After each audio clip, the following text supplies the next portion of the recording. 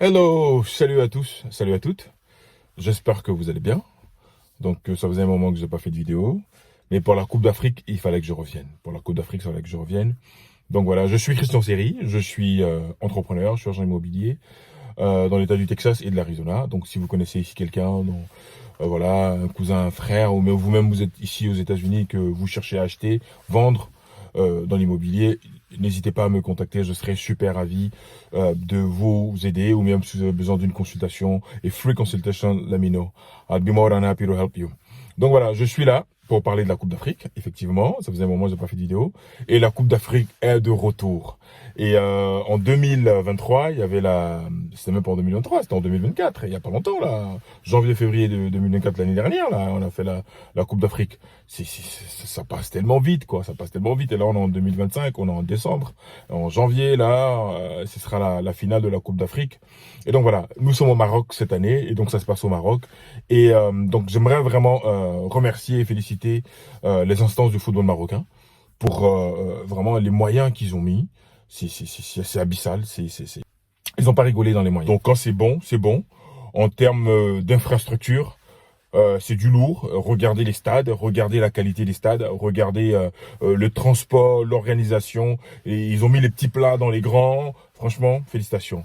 Félicitations, et on prie vraiment que ça se passe très bien du premier jour jusqu'au dernier jour, jusqu'à la finale, et que tout le monde, tous ceux qui vont se déplacer, que tout va bien se passer. Donc voilà. Et normalement, je devais être au Maroc.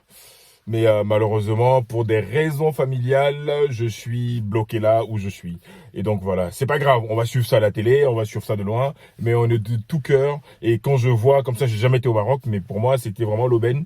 J'avais prévu depuis un an d'aller à la Coupe d'Afrique, mais malheureusement, l'homme propose et Dieu dispose, ce qui fait que bon, je vais regarder ça à la télé, et puis bon voilà. Dieu va permettre encore d'autres occasions où on va se déplacer vraiment sur le terrain. Mais de loin, on kiffe, de loin, on apprécie. Et c'est ce que je voulais dire. Donc, premier match d'aujourd'hui, Maroc-Comores, stade en ébullition. Le prince qui est venu, hein, bon, ce que j'ai retenu, hein, le prince Moulay, je vois il grandit, hein, il est devenu un homme, quoi. Je l'ai vu là, parce que bon, on a vu des images, hein, quand il était tout petit, et là, tu sens que, voilà, il est là, il évolue bien, et franchement beau, bien habillé, et ce que j'ai retenu, il était là, sous la pluie, il était là, et déjà, une compétition, voilà, un événement qui commence par la pluie, pour nous, c'est la bénédiction. En tout cas, c'est ce que j'ai compris. Dieu est en train de bénir l'événement, et vraiment, on sent que ça va bien se passer. On sent la ferveur, on sent que les gens sont motivés, on voit que les gens sont gentils. Je regarde quelques petites vidéos des personnes qui sont sur le terrain, qui sont au Maroc. On voit l'accueil des Marocains. Bon, de toute façon, c'est connu de tout le monde, hein, que les Marocains sont très accueillants, hein. C'est un secret de polichinelle, hein. Les Marocains sont très accueillants de nature, et même de là maintenant qu'on est là, les gens sont là. La dernière Coupe d'Afrique au Maroc, nous on était petits, on a regardé à la télé. C'était en 88. En 88, où les éléphants ont été éliminés par tirage au sort. Ça, je m'en souviens encore. J'étais petit, mais je m'en souviens. Maroc 88.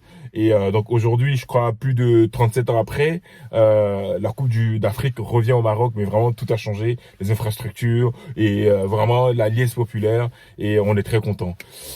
Donc je fais cette vidéo par rapport à l'arrivée des joueurs, à l'arrivée de chaque équipe nationale.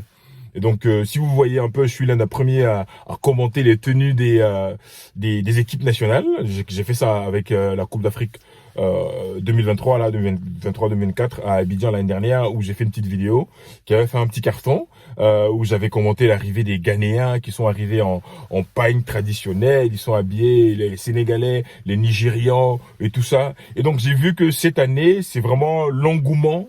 Ça a pris de l'ampleur. Et les équipes nationales ont vraiment mis de l'accent là-dessus. On a vu comment le Sénégal est arrivé. Ils sont arrivés en habit traditionnel du Sénégal. Voilà, en blanc avec le petit macaron de la fédération. On a vu également l'équipe, les étalons du Burkina arriver en tenue traditionnelle du Burkina.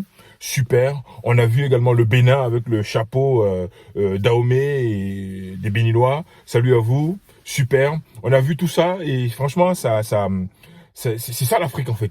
Toutes ces couleurs, toute cette ambiance. Et donc voilà. Et cerise sur le gâteau. Je m'attendais à ce que, bon, je sais pas quand, je me suis dit, bon, les Ivoiriens, ils vont arriver comment? Je sais pas. J'avais pas du tout idée. Je me suis dit, bon, peut-être qu'ils vont arriver en pagne traditionnelle et tout ça. Mais ils sont arrivés, franchement, je sais pas ce que vous en pensez. Dites-moi dans les commentaires. Mais il y a de la tradition en même temps de la modernité. Ils arrivent en ensemble blanc en dessous et un manteau genre de trench, mais en tissu africain, ivoirien qu'on appelle le kita, brodé un peu doré et tout ça. Waouh, je me suis dit mais attends, les mecs, vous venez à la Coupe d'Afrique ou c'est la Fashion Week de Paris? Parce que vous voyez l'allure la fraîcheur des gens. Je me suis dit waouh, c'est du lourd quoi. C'est aussi une plateforme. Franchement, c'est vrai qu'on joue au foot, mais il y a à manger à boire pour tout le monde. Vous avez vu ça, tout le talent de ces couturiers, des stylistes, des créateurs africains. Et donc là, ça leur donne aussi une plateforme de montrer ce qu'ils sont capables de faire. Vous voyez le styliste ivoirien qu'il a fait, Eli Kwame. Donc voilà, c'est lui qui a confectionné la tenue des Ivoiriens et que tout le monde vraiment en train de plébisciter. Je l'ai vu qu'il est passé à France Télévisions, on l'a interviewé. Vous voyez que ça va au-delà même du foot.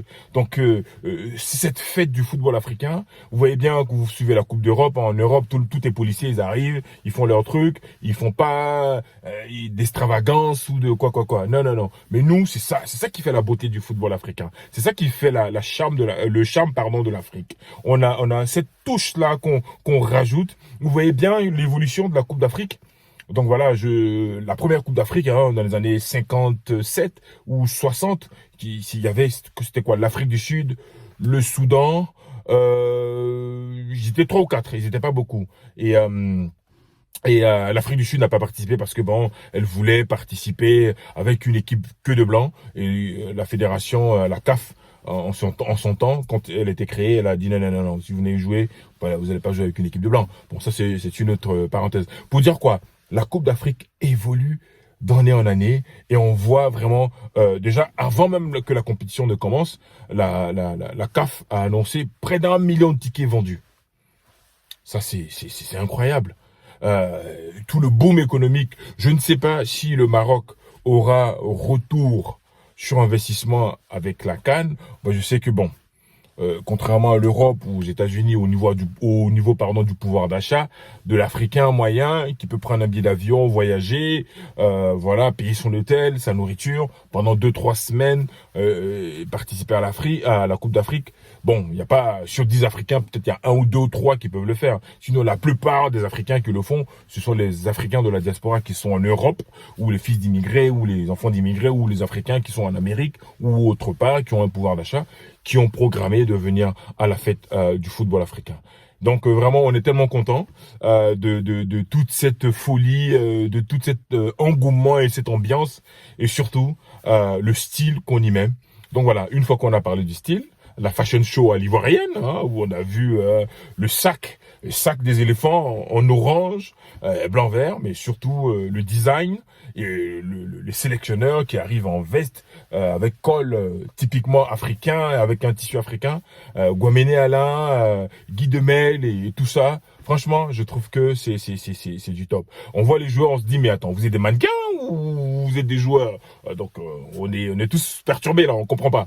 Mais en tout cas, ça donne du baume au cœur. Une fois qu'on a fait ça, place au jeu, place à la compétition et on espère que moi je suis ivoirien, donc forcément je supporte la Côte d'Ivoire, donc donc voilà, espérons que les éléphants aillent loin et qu'ils retournent à Abidjan avec le trophée. Donc voilà, et mais comme la Coupe d'Afrique est remplie de surprises et les Marocains ils sont gonflés à bloc et ce sera vraiment une compétition où au moins 7 ou 8 équipes peuvent clairement gagner cette coupe là. Le Sénégal peut la gagner, l'Égypte peut la gagner, l'Algérie peut la gagner, le Maroc peut la gagner, la Côte d'Ivoire peut remporter, le Nigeria, le Cameroun. Il y a vraiment, il y a beaucoup de choses à faire. Donc voilà. Encore une fois, bonne Coupe d'Afrique. Commentez, likez et puis on se retrouve très très bientôt pour d'autres commentaires sur la Coupe d'Afrique. Allez, à très bientôt. Allez, salut, bye bye. Like, commente, abonne-toi et on se dit à la prochaine. Salut!